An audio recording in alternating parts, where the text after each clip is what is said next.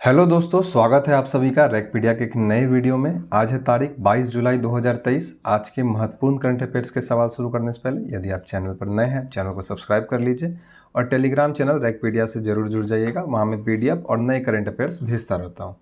चलिए शुरू करते हैं।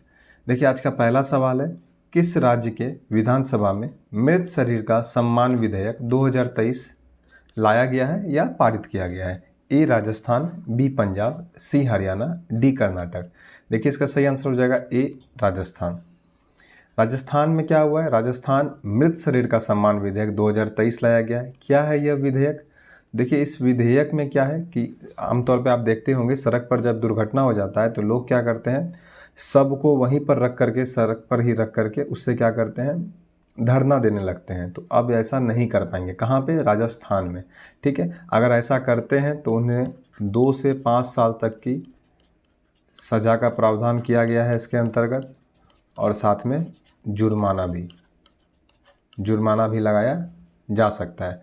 राजस्थान में ही याद रखिएगा, न्यूनतम आय गारंटी। इसी सप्ताह एक और विधेयक पास हुआ है, न्यूनतम आय गारंटी विधेयक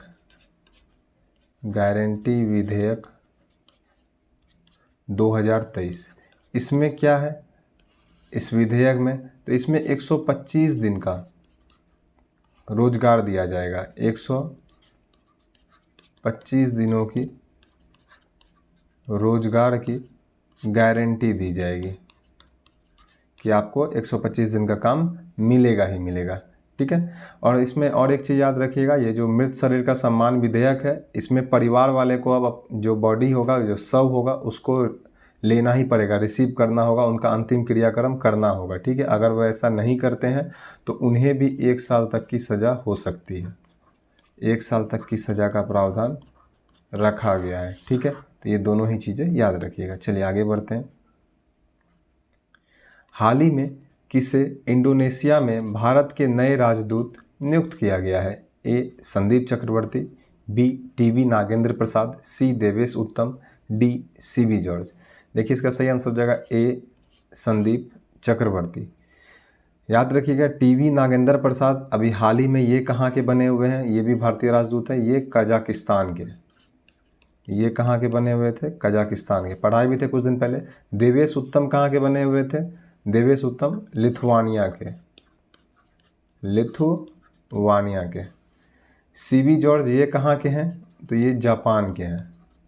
ये काफ़ी पहले बने हुए हैं। क्यों ऑप्शन में जानबूझ के इसलिए दिए हुए हैं क्योंकि याद रखिएगा, ये जो है हाल ही में एक कांवड़ यात्रा का उद्घाटन किए हुए थे। कांवड़ यात्रा का उद्घाटन किए थे। पढ़ाए भी थे इसी सप्ताह में किसी दिन करंट अफेयर्स में। उद्घाटन, स्पेलिंग गलत हो गया। ठीक है, तो कांवड़ यात्रा का उद्घाटन जापान में कौन किया था? भारतीय राजदूत सीवी जॉर्ज ने किया था। ठीक है, तो ये भी ध्यान रखिएगा। चलिए आगे बढ़ते हैं। भारत ने किस देश में यूपीआई पेमेंट लॉन्च करने के लिए समझौते पर हस्ताक्षर किया है? A Sri Lanka, B Indonesia, C Japan, D Philippines. देखिए, इसका सही आंसर हो जाएगा ए श्रीलंका। श्रीलंका अभी श्रीलंका के जो राष्ट्रपति हैं रानिल विक्रमसिंघे। क्या नाम है इनका? रानिल विक्रमसिंघे। ये अभी 2 दिनों के भारत दौरे पर थे। कल ही अभी क्या हुआ है, इन्होंने हस्ताक्षर हुआ है भारत सरकार के साथ कि यूपीआई पेमेंट कहाँ लॉन्च किया जाएगा? श्रीलंका में लॉन्च किया जाएगा। पहला बात ये जानना था आपको। और एक यहाँ पे एक विधेयक पारित हुआ है जिसमें 190 संशोधन हुआ है। 190 संशोधन रिकॉर्ड हो गया ये। तो 190 संशोधनों के साथ भ्रष्टाचार विरोधी, ये ध्यान रखिएगा, भ्रष्टाचार विरोधी विधेयक पास किया गया है। भ्रष्टाचार कहाँ किया गया है? श्रीलंका में। श्रीलंका का राष्ट्रपति कौन है? रानिल विक्रमसिंघे, जो अभी भारतीय दौरे पे आए हुए हैं 2 दिनों के लिए। और श्रीलंका में ही 190 संशोधनों के साथ भ्रष्टाचार विरोधी विधेयक पारित किया गया है। ये भी ध्यान रखिएगा। चलिए आगे बढ़ते हैं। निम्न में से किस भाषा को 8वीं अनुसूची में शामिल करने की मांग को सुप्रीम कोर्ट ने खारिज कर दिया है? ए कोई भाषा, बी राजस्थानी भाषा, सी सावरा भाषा, डी मुंडारी भाषा।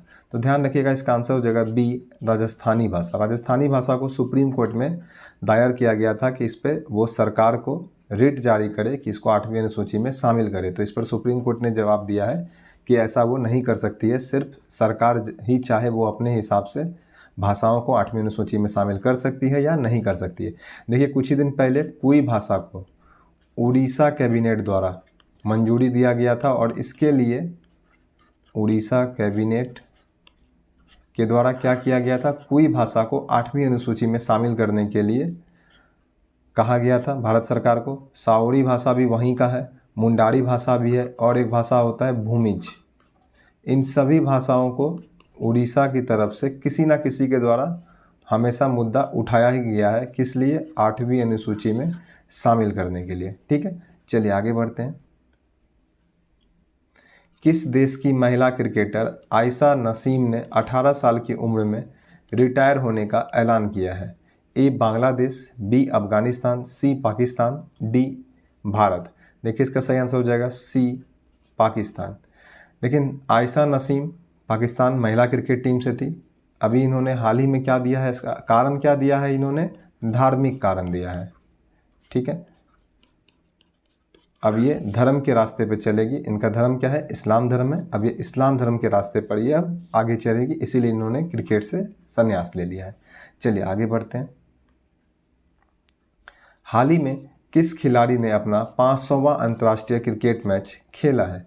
ए रोहित शर्मा, बी रविचंद्रन अश्विन, सी मोहम्मद शमी, डी विराट कोहली।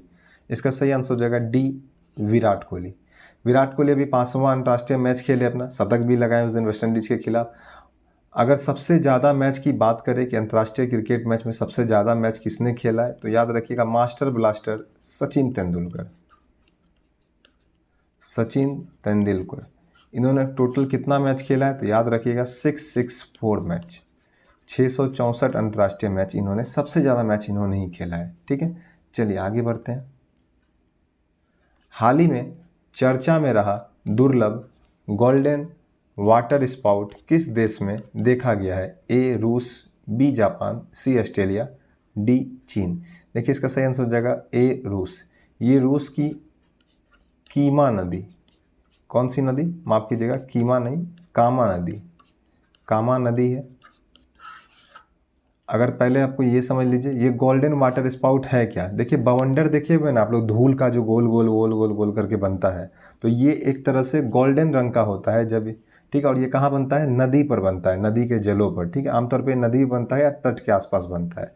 तो उसमें क्या, जैसे सूर्य की किरण जाती है ना, तो सूर्य की किरण जाने से क्या होता है, ये गोल्डन रंग का दिखने लगता है। ठीक है, एकदम आसमान में इस तरह से जाता हुआ दिखता है, ऊपर से नीचे की तरफ। ठीक है, और घूमता हुआ दिखाई देता है। ये एक प्रकार का बवंडर होता है गोल्डन रंग का, तो ये ध्यान रखिएगा। देखिए अभी हाल ही में ऑस्ट्रेलिया में एक मलबा मिला है गोल्डन रंग का, वहीं पर भी ऑस्ट्रेलिया में भी। ठीक है, जो अंदाज़ा लगाया जा रहा है कि चंद्रयान 3 का मलबा है, तो ये भी याद रखिएगा चंद्रयान 3 का मलबा है, ऐसा बताया जा रहा है। लेकिन इस पर इसरो वैज्ञानिकों ने कहा है कि जब तक हम इस पर जांच नहीं कर सकते हैं, हम अभी ऑफिशियली कुछ नहीं कह सकते हैं, लेकिन ये मिला हुआ है। ठीक है, ये दोनों ही चीज़ें याद रखिएगा। चलिए आगे बढ़ते हैं। क्यूएस रैंकिंग में विद्यार्थियों के लिए 2024 में सबसे अच्छा शहर कौन सा है? ए Tokyo, B London, C Seoul, D Mumbai. देखिए इसका सही आंसर हो जाएगा बी लंदन। दूसरे स्थान पर इसमें कौन है, तो याद रखिएगा टोक्यो है।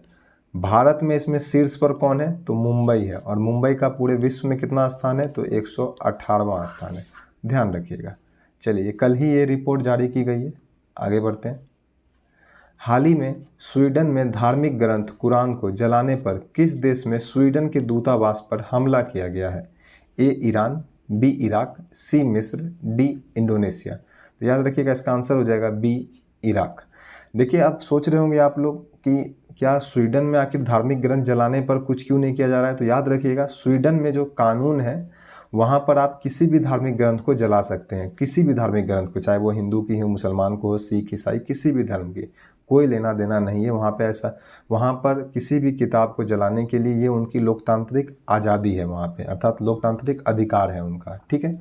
इसीलिए स्वीडन में कोई भी कानून, अक्सर वहाँ से न्यूज आता है इस तरह का विरोध वाला, ठीक है, ऐसा नहीं होना चाहिए हालांकि। चलिए आगे बढ़ते हैं। हाल ही में किस राज्य के मुख्यमंत्री ने राग प्रकाश नामक पुस्तक का विमोचन किया है? ए अरुणाचल प्रदेश, बी मध्य प्रदेश, सी हिमाचल प्रदेश, डी उत्तर प्रदेश। देखिए सही आंसर हो जाएगा सी हिमाचल प्रदेश, ठीक है। आज के लिए इतना ही। चैनल पर नए हैं तो चैनल को सब्सक्राइब कर लीजिए। मिलते हैं नेक्स्ट वीडियो में। जय हिंद, जय भारत।